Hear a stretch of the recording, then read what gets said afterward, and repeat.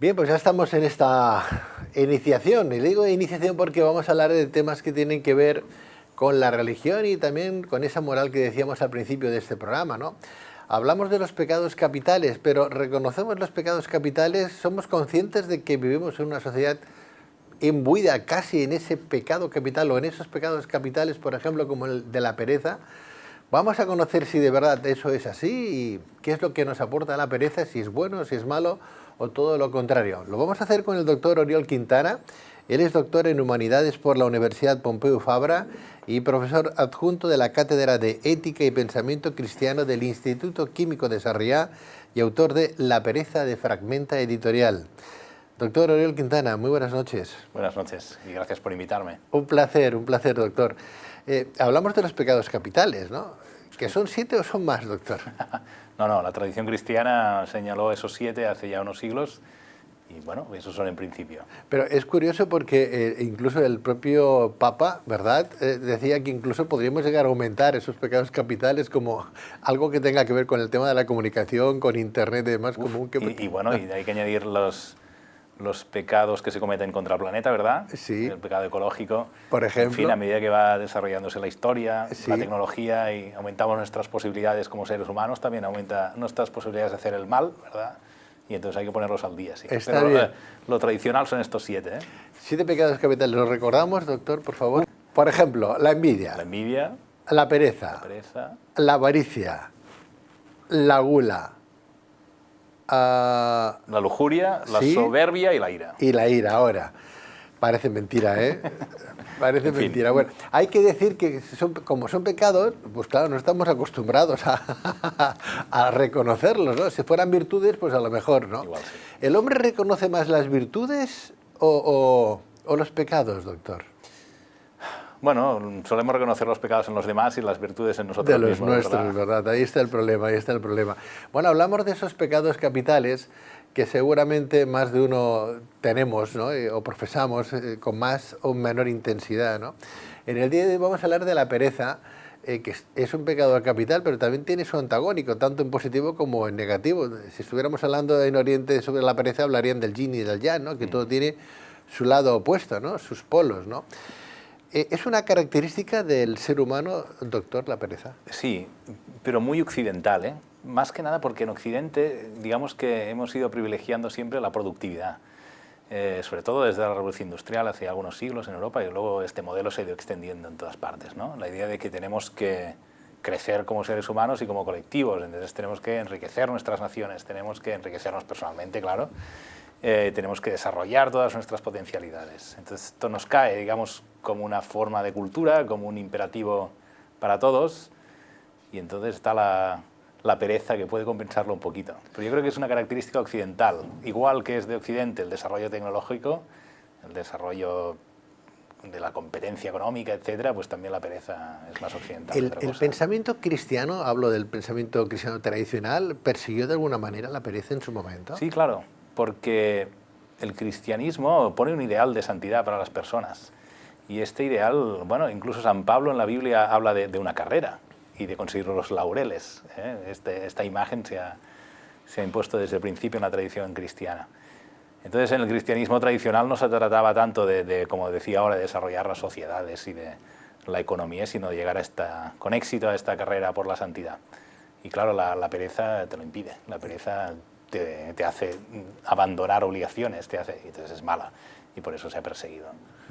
Hay que decir que el doctor Quintana, Oriol Quintana, está con nosotros hoy porque Fragmenta Editorial, que es el sello con el que ellos vienen a ofrecer una serie de libros que hablan de estos pecados capitales, ahí lo tenemos en pantalla, ¿no?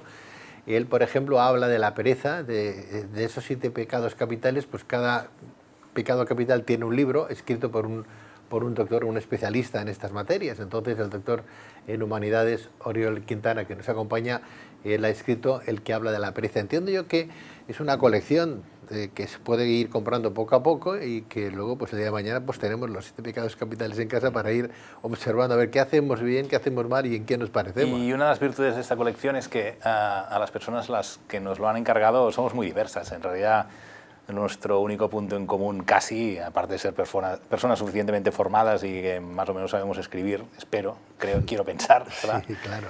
Pues que conocemos al editor personalmente y que él ha confiado en nosotros, pero digo que esto es una riqueza, porque yo, por ejemplo, sí, tengo una formación cristiana muy marcada, trabajo en una universidad católica, etc.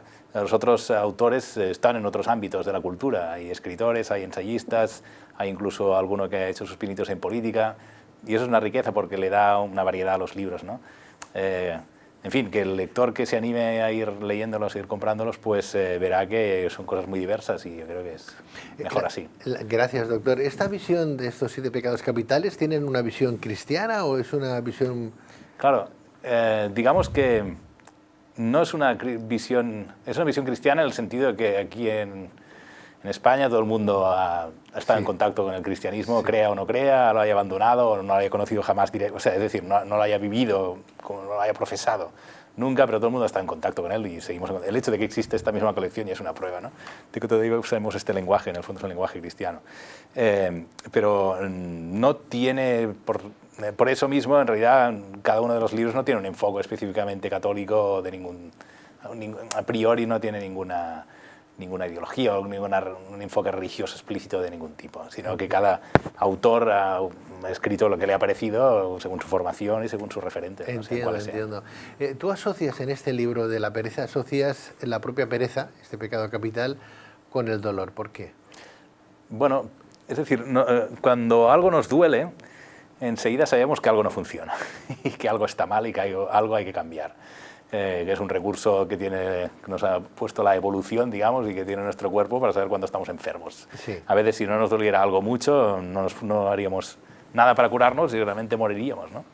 Incluso a veces cuando fumamos o bebemos, hasta que no llevamos mucho tiempo haciéndolo, no nos damos cuenta del daño que nos hacemos, ¿no? Sí. Puede llegar a ser tarde. Bueno, en fin, pues la pereza pues, puede funcionar un poco como el dolor, enseñándonos a que ciertas cosas, cuando por ejemplo tenemos una supuesta obligación que nos cuesta muchísimo hacerla y siempre nos cuesta, pues igual el cuerpo nos está diciendo, cuidado que puede que esto no te convenga, aunque tú te parezca que tienes que hacerlo o te estén imponiendo desde fuera que tienes que hacerlo, si te da tanta pereza será por algo. Entonces, igual que con el dolor vemos que algo no funciona, con la pereza podemos llegar a descubrir que algo no funciona. O sea que de alguna manera este pecado capital se convierte casi en una virtud en un momento determinado. Bueno, porque nos está ayudando a encontrar algo que en nuestro yo interior dice, pues a lo mejor no tengo que hacerlo, ¿no? Sí, yo diría que más que una virtud es un instrumento de discernimiento para saber cómo debemos actuar, ¿no? Es, digamos, algo que tenemos que tener en cuenta en nuestra vida para poder vivir bien, qué cosas me dan pereza y qué cosas no, ¿no? Pero sí, también puede ser una virtud, porque a veces queremos cumplir un ideal que nos hemos puesto nosotros mismos para nosotros mismos, pero yo qué sé, por ejemplo, a veces hay personas muy preocupadas por su imagen externa o su imagen física, ¿no? Por estar en forma, por cuidarse mucho y estar muy sanas, y esto les lleva a veces a hacer mucho ejercicio y muchas dietas y tal. Y uno debe preguntarse, bueno, esto al final, ¿qué le aporta? ¿Le aporta algún bien a alguien, incluso a mí mismo? Es decir, ¿no sería mejor aprender a ser feliz tal como eres, con tus defectos y tal, ¿no? Lo digo porque a veces nos imponemos un perfeccionismo propio que es absurdo. Entonces ahí la pereza nos puede ayudar a decir, ¿qué es mejor? ¿Tener defectos, conocerlos y ser humilde, o estar toda la vida peleando con supuestos defectos que en realidad no importan, ¿no? Doctor Quintana, en el libro de la pereza dices que el trabajo nos hace libres, ¿no? Y la pereza nos esclaviza, ¿no? ¿Sí? Bueno, en el libro digo que hay algunos que dicen que el trabajo nos hace libres, ¿verdad? Dijo Hegel, y por desgracia esto, en fin, lo pusieron los nazis en la entrada del campo de concentración de Auschwitz, ¿verdad? Sí. En fin, el trabajo en exceso nos esclaviza, clarísimamente, ¿no? Incluso hablamos de la adicción al trabajo, ¿no? Hay workaholics que se llama, ¿verdad? En fin, cuando cometemos estos tipos de excesos, ahí la pereza nos puede ayudar a desengancharnos del trabajo. Claro, es que vivimos en una sociedad tan de consumo, tan materialista, tan rápida, ¿no? Que parece como que la pereza, ser perezoso es un pecado, y a veces es una necesidad de decir, bueno, voy a tomarme un momentito de descanso, ¿no? Si fuéramos un poco, o estuviéramos en la religión budista, o estuviéramos dentro de esa corriente, a lo mejor desde otras tendencias religiosas el budismo suena o parece que es más perezoso de lo que son otras corrientes, ¿no? Porque hay una calma, hay una tranquilidad, hay una meditación, hay que pensarse 2 veces antes de decir una palabra, no sea que vayamos a herir a cualquiera. Quiero decir que alguien podría pensar, es que los budistas son más perezosos que los cristianos o los católicos, ¿no? No, en parte tiene razón, es verdad. Es decir, el budismo lo que pide es que abandonemos nuestras pasiones, pero pasiones en este sentido activo de desear intensamente cosas, obsesionarnos por cosas, ¿no? Y claro, el perezoso tiene la ventaja de que ya nada le obsesiona ni nada le mueve con esa intensidad, ¿no? Y por eso le decimos que es perezoso. O sea que, de alguna manera es verdad, ¿eh? El budismo y las filosofías orientales no le dan tanto valor a la pasión como lo hemos dado en Occidente. En cambio, en Occidente, repito, admiramos a los científicos que investigan, admiramos a los deportistas que se preparan, que trabajan, que luchan. Esta idea de lucha para nosotros es como muy importante, y en Oriente son un poco más sabios igual. No le estaremos dando, doctor Quintana, no sé, esos pecados capitales como pecados, ¿eh? Claro, eso viene de la propia religión, de la propia fe católica, ¿no? Claro que nosotros podemos ver, como cristianos o como católicos, podemos ver un pecado ahí, pero a lo mejor no es tan pecado, ¿no? Claro, claro, es que no es tan pecado. Todo depende de la situación y del momento, ¿no? Puede ser una liberación. Antes decías del consumo. Sí. Claro, yo la pereza que defiendo es también la pereza de consumir, cuidado. Porque en nuestra sociedad se nos invita a trabajar, pero cuando llega el momento del descanso, el tiempo libre, se nos invita de alguna manera a seguir trabajando para la sociedad a base de gastar, ¿no? A base de consumir lo que sea, la tele, el entretenimiento de otro tipo, los restaurantes, el ir de compras, ¿no? Tenemos que darnos cuenta que eso es seguir trabajando, y que la auténtica pereza debería consistir en saber estar en casa sin hacer nada, o estar en casa con los tuyos, pero sin necesidad de estar gastando, de estar viendo la tele, de estar consumiendo una cosa u otra, ¿no? O sea, el verdadero perezoso, el perezoso bueno, tiene pereza incluso de consumir las propuestas de tiempo libre que nos da la sociedad, de alguna manera. Bueno, ahí tenemos un Chiron que dice: la pereza puede ser la puerta secreta al descanso y a la vida contemplativa. El gato está de fábula, ¿verdad?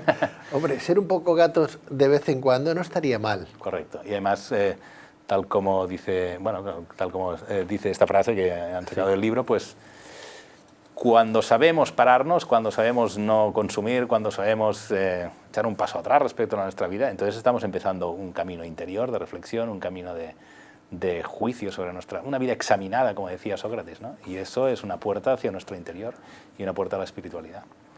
Una puerta a la espiritualidad donde también convergen diferentes antagónicos, como por ejemplo, si hablamos de la pereza, el pecado capital está asociado con Dios, ¿verdad? Pero si hablamos de lo que es la parte negativa, estaríamos hablando del demonio, de las partes oscuras, ¿no? Tú hablas en el libro del demonio del mediodía, ¿no? Correcto.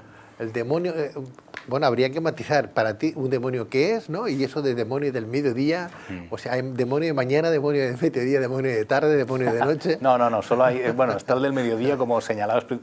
Se supone que demonio solo hay uno. Lo que pasa es que a este se le llama demonio del mediodía porque ataca al mediodía. Ah, bien. No ataca por la mañana ni por la noche. Muy bien. En fin, este del demonio del meridiano, que también se llama así, el meridiano al mediodía, pues se refiere es un tema muy viejo de la estética cristiana, de casi de los primeros tiempos, cuando hubo los primeros anacoretas, ¿verdad? Bueno, los anacoretas son las personas que abandonan la vida corriente para ir a un monasterio, al desierto, a una cueva, a vivir solos, a dedicar su vida. San Ignacio de Loyola fue una como fue Ignacio de Loyola, sí, siglos más tarde, ¿no?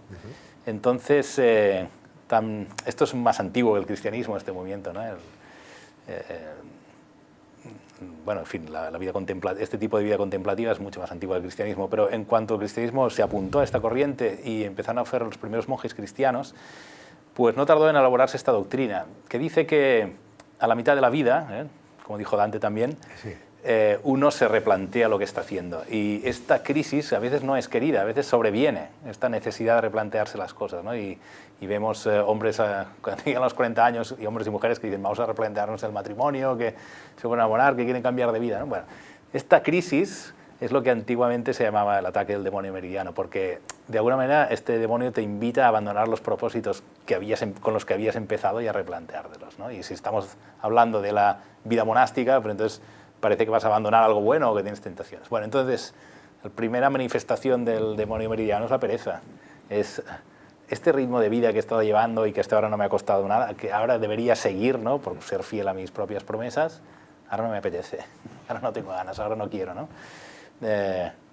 En el terreno más de las personas normales, no de los monjes, pues se traduciría en no quiero hacer este trabajo, no quiero estar con esta mujer, ahora me da pereza ir a buscar a los niños, ahora me da pereza sacar al perro a pasear y todas las tareas cotidianas, ¿no? Que a veces se pueden hacer en una montaña. Bueno, pues cuando sobreviene esta pereza, podemos decir que nos ha atacado el demonio meridiano. Que cuidado, mucha gente ha hecho cosas muy buenas a partir de estos ataques, ¿no? Y de este replanteamiento. Antes has citado a San Ignacio de Loyola, pues justamente fue una crisis que tuvo él a la mediana edad, ¿no? No tanto a los 40, un poco antes, pero que le llevó a pasar de ser un soldado a consagrarse a la religión y a la vida espiritual, en fin. Un San Pablo actual. O San Pablo también. Un San Pablo actual, correcto. ¿no? San Ignacio, de ser soldado de perseguir a los cristianos, San Pablo, a convertirse, pues, por lo tanto, o sea, cuando los primeros monjes hablaban del demonio, bueno, hoy visto en perspectiva, igual no deberíamos hablar de este tipo de ataques, igual es el demonio, pero igual no, porque igual es el buen ángel, ¿no? Desde tu punto de vista, tú eres católico, ¿no? Estás dando clases en una universidad católica, escribes sobre los pecados capitales, te sientes católico, sí, ¿no? Sí, cristiano, sí. ¿no? Los pecados capitales, desde tu punto de vista, son pecados de verdad, son como... Sí, tú eres doctor en humanidades. Sí. Verdaderamente son... Lo digo porque hay que avanzar, ¿no? No nos podemos tú estás quedar... preguntando, igual estás preguntando en el fondo si creo si son causa de condenación. Digamos, Bueno, si son sí, bueno. así de graves como la de la enseñanza tradicional de la Iglesia, que nos pone un infierno, nos pone un demonio, nos pone unas penas graves de las que hay que arrepentirse antes de morir. No sé, también he de decir que la doctrina oficial de la Iglesia, la doctrina tradicional, a mí personalmente me suena un poco dura, ¿no? Sí. Y creo que el Dios que me han enseñado pues es un Dios de misericordia, ¿verdad? Y entonces, sí, existe el mal, no hay duda, y el mal somos capaces de hacerlo, y a veces somos capaces de hacerlo, lo hacemos porque no creemos que estemos haciendo el mal, que eso es lo que suele pasar y que es lo peor, que con no darnos cuenta del mal que hacemos, nos damos permiso para hacer lo que sea, ¿no? Entonces sí que creo que existe el mal y sí que creo que las personas normales también somos capaces de hacer mucho daño, pero también creo que Dios nos ama y nos perdona y nos conoce, ¿verdad? ¿La procrastinación va asociada a la pereza, doctor? Sí, la procrastinación es una palabra no tan antigua en realidad, ¿eh? Sí. Y esta costumbre, por llamarlo de alguna manera, de dejar para mañana lo que deberíamos estar haciendo ahora, ¿eh? Sí, sí. Y yo creo que es lo mismo que la pereza, ¿verdad? Porque es por pereza que a veces posponemos nuestras obligaciones y nuestros deberes. Claro, no dejes para mañana lo que puedas hacer hoy. Dice el dicho.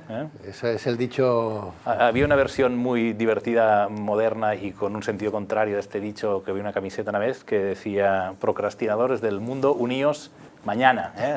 Pero mañana. Hoy hay que vivir todavía, ¿no? Hay que tomarte la vida un poquito más, también a la ligera, ¿no? No con tanto agobio, ¿no?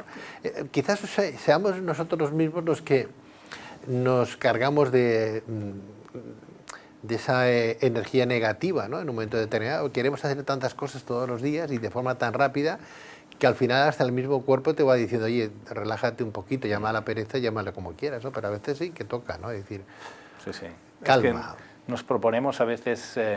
Es decir, ¿cómo sería nuestra vida si la virtud, que yo creo que es digamos que en la tradición cristiana es la virtud más pequeña, pero que es la que debería estar en el primer lugar?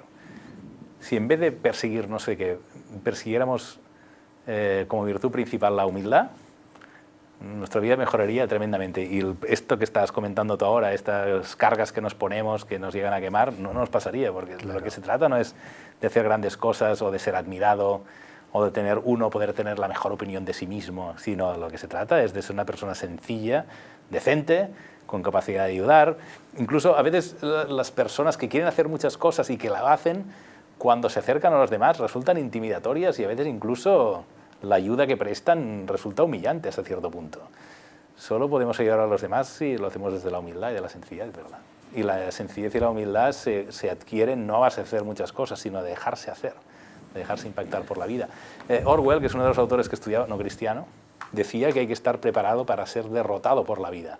Lo decía ya cuando era bastante mayor y por desgracia Orwell murió antes de terminar su obra, murió antes de los 50 años por culpa de la tuberculosis, en otros tiempos, siglo XX, ¿verdad? Con él probaron lo que luego fue la medicina que llegó a curar la tuberculosis, la streptomicina, pero no le funcionó porque todavía era experimental. Bueno, pues Orwell decía eso, que hay que estar preparado para ser derrotado por la vida. Esto no parece un ideal al que aspirar, pero en realidad la vida nos derrota muchas veces y nos da la humildad a través de esa derrota. Yo creo que eso es un buen ideal de vida. Bueno, me viene a recordar las palabras, creo que fue Confucio que decía, si quieres la paz, prepárate para la guerra, ¿no? Bueno, yo no sé si quiere decir lo mismo, porque esta frase ha sido usada con mucho cinismo a veces, ¿verdad? Sí, sí. Es decir, una frase militarista al final, sí, pero bueno. No, yo quiero decir más bien este sentido, porque todos ¿no? vivimos una guerra interna, doctor, al fin y al cabo. Hay un conflicto interno e externo, una cosa es lo que muchas veces pensamos y otra cosa lo que la sociedad nos deja, ¿no? Y dice, salgo a la calle, sales al mundo, sales a la propia guerra de la vida, ¿no? A la lucha, ¿no? Cotidiana, ¿no? Diaria, ¿no? Bueno, pero ¿cómo es decir, la palabra lucha sí, se puede, es legítima porque es verdad que la vida, todo cuesta mucho en la vida, ¿verdad? Todo es difícil y todo... Si sales fuera, prepárate, estate preparado a enfrentarte a los antagónicos de tu pensamiento, a las cosas extrañas que te puedan... Pero prepararse por la lucha significa... sal a la lucha sabiendo que vas a vencer siempre o creyendo que vas a vencer siempre. Yo creo que es una mala orientación. Yo creo que estate preparado para lo que sea. Sí. Tanto la victoria como la derrota, porque claro, puedes perder, ¿no? Claro, también puedes perder. En este sentido, sí, prepárate para la guerra. Bueno, yo no lo digo, lo decía Confucio eso, ¿eh? Bueno, doctor Quintana, muchísimas gracias, que vaya todo muy bien y unas felices fiestas. Igualmente, muchas gracias. Feliz gracias. Navidad y que el libro sea todo un éxito. Esperemos. Que vaya bien, buenas noches. Buenas noches.